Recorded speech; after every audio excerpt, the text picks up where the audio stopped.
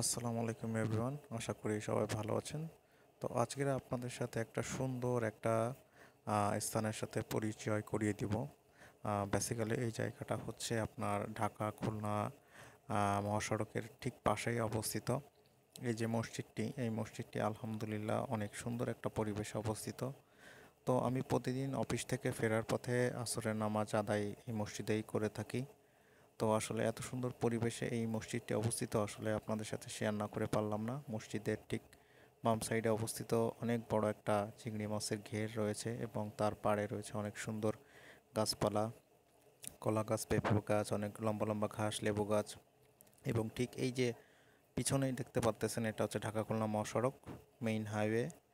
সোজা এই দিকটাতে চলে গিয়েছে আপনার বাগেরহাট এবং ব্যাক সাইডের দিকে খুলনা।